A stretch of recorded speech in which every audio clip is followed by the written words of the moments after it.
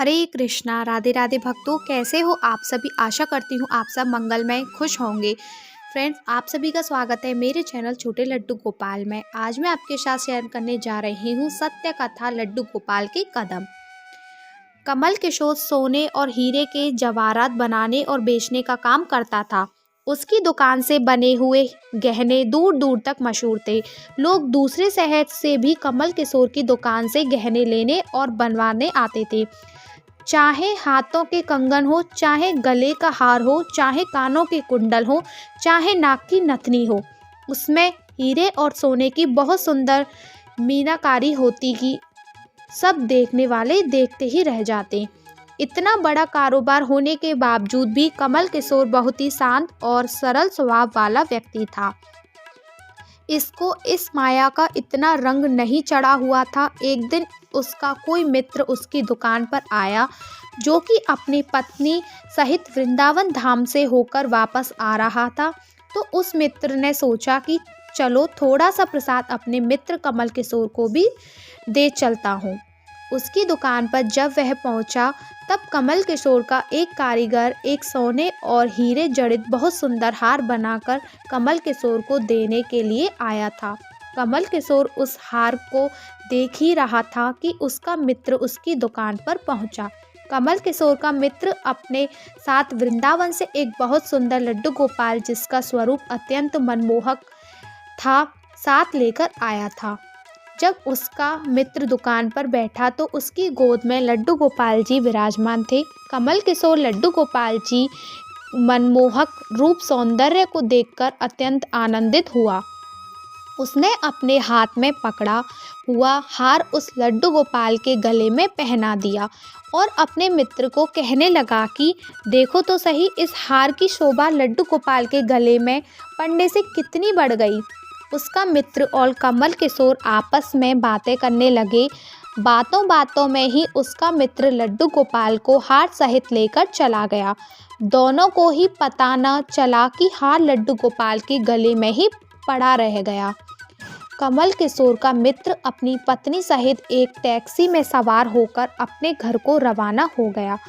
जब वह टैक्सी से उतरे तो भूलवश लड्डू गोपाल जी उसी टैक्सी में रह गए। टैक्सी वाला एक गरीब आदमी था, जिनका नाम बाबू था, जो कि दूसरे शहर से यहाँ अपने परिवार का पालन पोषण के लिए टैक्सी चलाता था और वह टैक्सी लेकर काफ़ी आगे निकल चुका था। आज उसको अपने घर वापस जाना था, जो कि दूसरे शहर में था। जब टैक्सी लेकर बाबू अपने घर पहुंचा तो उसने जब अपनी टैक्सी की पिछली सीट पर देखा तो उसका ध्यान लड्डू गोपाल जी पर पड़ा, जो कि बड़े शाही तरीके से पिछली सीट पर गले में धारण करके सुंदर सी पोशाक पहनकर, हाथ में बांसुरी, गले में माला, कानों में कुंडल पकड़े हुए कर बैठे हुए हैं। बाबू यह देखकर एकदम से घबरा गया कि यह लड्डू गोपाल जी किसके हैं। लेकिन अब वह दूसरे शहर से अपने शहर जा चुका था, जो कि काफ़ी दूर था, और वह सवारी का घर भी नहीं जानता था। तो वह दुविधा में पड़ गया कि अब वह क्या करे। लेकिन फिर उसने बड़ी श्रद्धा से हाथ धोकर लड्डू गोपाल जी को उठाया और अपने घर के अंदर ले गया। जैसे ही उसने घर के अंदर प्रवेश किया, उसकी पत्नी ने उसके हाथों में पकड़े लड्डू गोपाल जी को जब देखा, इतनी सुंदर स्वरूप वाले लड्डू गोपाल जी को देखकर उसकी पत्नी ने झट से लड्डू गोपाल जी को अपने पति के हाथों से ले लिया। उसकी पत्नी, जिसकी 8 साल शादी हो चुकी थी, उसके अभी तक कोई संतान नहीं थी। लेकिन गोपाल जी के हाथ में लेते ही उसका वात्सल्य भाव जाग उठा। उसकी ममताई और करुणामयी आँखें झरझर बहने लगी। ममतावश और वात्सल्य भाव के कारण ठाकुर जी की गोद में उठाते ही उसको ऐसा लगा उसने किसी अपने ही बच्चे को गोद में उठाया है। उसके स्तनों से अपने आप दूध निकलने लगा। अपनी ऐसी दशा देखकर बाबू की पत्नी मालती बहुत हैरान हुई। उसने कसकर गोपाल जी को अपने सीने से लगा लिया और आंखों से आंसू बहाती बोलने लगी, अरे बाबू, तुम नहीं जानते कि आज तुम मेरे लिए कितना अमूल्य रत्न लेकर आए हो बाबू कुछ समझ नहीं पा रहा था कि मेरी पत्नी को अचानक से क्या हो गया, लेकिन उसकी पत्नी तो जैसे बावरी सी हो गई थी। वह गोपाल जी को जल्दी जल्दी अंदर ले गई और उससे बातें करने लगी। अरे लाला, इतनी दूर से आए हो, तुम्हें भूख लगी होगी। और उसने जल्दी जल्दी मधु और घी से बनी चूरी बनाकर और दूध गर्म करके ठाकुर जी को भोग लगाया। और उधर कमल किशोर ने जब अपनी दुकान पर हार को न देखा तो उसको याद आया कि हार तो ठाकुर जी के गले में ही रह गया है। तो उसने अपने मित्र को संदेशा भेजा, तो मित्र ने आगे से जवाब दिया, अरे मित्र, वह माखन चोर और चित्र चोर हार सहित खुद ही चोरी हो गया है। मैं तो खुद इतना परेशान हूँ। कमल किशोर अब थोड़ा सा परेशान हो गया कि इतना कीमती हार न जाने कहाँ चला गया। मुझे तो लाखों का नुकसान हो गया। लेकिन फिर भी अपने सरल स्वभाव के कारण उसने अपने मित्र को कुछ नहीं कहा और उसने अपने मन में सोचा कि कोई बात नहीं, मेरा हार तो ठाकुर जी के ही अंग लगा है। अगर मेरी भावना सच्ची है तो ठाकुर जी उसको पहने रखें। और उधर बाबू और उसकी पत्नी मालती दिन रात ठाकुर जी की सेवा करते। अब तो मालती और बाबू को लड्डू गोपाल जी अपने बेटे जैसे लगने लगे। लड्डू गोपाल जी की कृपा से अब मालती के घर में बहुत ही सुंदर बेटी का जन्म हुआ। इन सब बातों का श्रेय वह लड्डू गोपाल जी को देते कि यह हमारा बेटा है और अब हमारी बेटी हुई है, अब हमारा परिवार पूरा हो गया। मालती लड्डू गोपाल जी को इतना स्नेह करती थी कि रात को उठ उठ कर देखने जाती थी कि लड्डू गोपाल जी को कोई कष्ट तो नहीं है।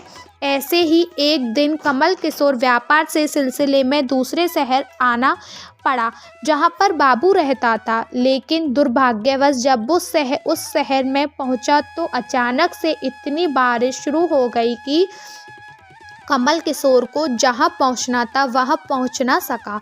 और तब वह बाबू अपनी टैक्सी को लेकर आ गया और उसने परेशान कमल किशोर को पूछा, बाबूजी, आप यहाँ क्यों खड़े हो? बारिश तो रुकने वाली नहीं और सारे शहर में पानी भरा हुआ है। आप अपनी मंजिल तक ना पहुँच पाओगे और ना ही कहीं रुक पाओगे। मेरा घर पास में ही है, अगर आप चाहो तो मेरे घर आ सकते हो। कमल किशोर, जिसके पास सोने और हीरे की काफ़ी गहने थे, वह अनजान टैक्सी वाले के साथ जाने के लिए थोड़ा सा घबरा रहा था। लेकिन उसके पास और कोई चारा भी नहीं था और वह बाबू के घर टैक्सी में बैठकर आ गया। घर पहुंचते ही बाबू ने मालती को आवाज़ दी कि आज हमारे घर मेहमान आए हैं, उनके लिए खाना बनाओ। कमल किशोर ने देखा कि बाबू का घर एक बहुत छोटा सा लेकिन व्यवस्थित ढंग से सजा हुआ है। घर में अजीब तरह के इत्र की खुशबू आ रही थी जो कि उसके हृदय को आनंदित कर रही थी। जब मालती ने उनको भोजन परोसा तो कमल किशोर ने उसमें अमृत जैसा स्वाद आया। उसका ध्यान बार बार उस दिशा की तरफ जा रहा था जहाँ पर ठाकुर जी विराजमान थे। वहाँ से उसको एक अजीब तरह का प्रकाश नजर आ रहा था जो हार कर कमल किशोर ने बाबू को पूछा कि अगर आपको कोई एतराज़ ना हो तो क्या आप बता सकते हो कि उस दिशा में क्या रखा है? मेरा ध्यान उसकी तरफ आकर्षित हो रहा है। तो बाबू और मालती ने एक दूसरे की तरफ मुस्कुराते हुए कहा कि वहाँ पर तो हमारे घर के सबसे अहम सदस्य लड्डू गोपाल जी विराजमान हैं। तो कमल किशोर ने कहा, क्या मैं उनके दर्शन कर सकता हूँ? तो मालती उनको उस कोने में ले गई जहाँ पर लड्डू गोपाल जी विराजमान थे। कमल किशोर लड्डू गोपाल जी को और उनके गले में पड़े हार को देखकर एकदम से हैरान हो गया। यह तो वही लड्डू गोपाल हैं और यह वही हार है जो मैंने अपने मित्र के लड्डू गोपाल जी को डाला था।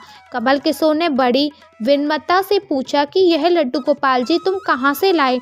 बाबू, जिसके मन में बिल्कुल भी छल कपट नहीं था, उसने कमल किशोर को सारी बात बता दी कि कैसे उनको सौभाग्य से लड्डू गोपाल जी मिले और उनके हमारे घर आने से हमारा दुर्भाग्य सौभाग्य में बदल गया। तो कमल किशोर ने कहा, क्या तुम जानते हो कि जो हार ठाकुर जी के गले में पड़ा है उसकी कीमत क्या है? तो बाबू और मालती ने बड़ी विनम्रता से हाथ जोड़कर कहा कि जो चीज़ हमारे लड्डू गोपाल जी के अंग लग गई, हम उसका मूल्य नहीं जानना चाहते और हमारे लाला के सामने किसी हार का कोई मोल नहीं है। तो कमल किशोर एकदम से चुप हो गया और उसने मन में सोचा कि चलो अच्छा है, मेरा हार ठाकुर जी अपने अंग लगाया हुआ है। अगले दिन जब वह चलने को तैयार हुआ तो बाबू उनको टैक्सी में लेकर उनके मंजिल तक पहुंचाने गया। जब कमल किशोर टैक्सी से उतरा और जाने लगा, तभी बाबू ने उनको आवाज़ लगा कि रुको, यह आपका कोई सामान हमारी टैक्सी में रह गया है। लेकिन कमल किशोर ने कहा, मैंने तो वहाँ कुछ नहीं रखा। लेकिन बाबू ने कहा कि यह बैग तो आपका ही है। जब कमल किशोर ने उसको खोलकर देखा तो उसमें बहुत सारे पैसे थे। कमल किशोर एकदम से हक्का बक्का रह गया कि यह तो इतने पैसे हैं कि जितने की उस हार की कीमत है। उसकी आंखों में आंसू आ गए। जब तक मैंने निश्चल भाव से ठाकुर जी को वह हार धारण करवाया हुआ था, तब तक उन्होंने पहने रखा। मैंने उनको पैसों का सुनाया तो उन्होंने मेरा अभिमान तोड़ने के लिए पैसे मुझे दे दिए। वह ठाकुर जी से क्षमा मांगने लगा, लेकिन अब हो भी क्या सकता था। इसलिए हमारे अंदर ऐसे भाव होने चाहिए कि उसमें अहंकार ना होकर विनम्रता होनी चाहिए और ठाकुर जी जैसा चाहते हैं वैसा ही होता है। हम तो निमित्त मात्र हैं। कौन ठाकुर जी को वृंदावन से लाया और किसके घर आकर वह विराजमान हुए, यह सब ठाकुर जी की लीला है। जिसके घर रहना है, जिसके घर सेवा लेनी है, यह सभी जानते हैं। हम लोग तो निमित्त मात्र हैं, बस हमारे भाव शुद्ध होने चाहिए। ठाकुर जी तो बड़े बड़े पकवान नहीं बल्कि भाव से खिलाई छोटी से छोटी चीज़ को भी ग्रहण कर लेते हैं। बोलो लड्डू गोपाल की जय।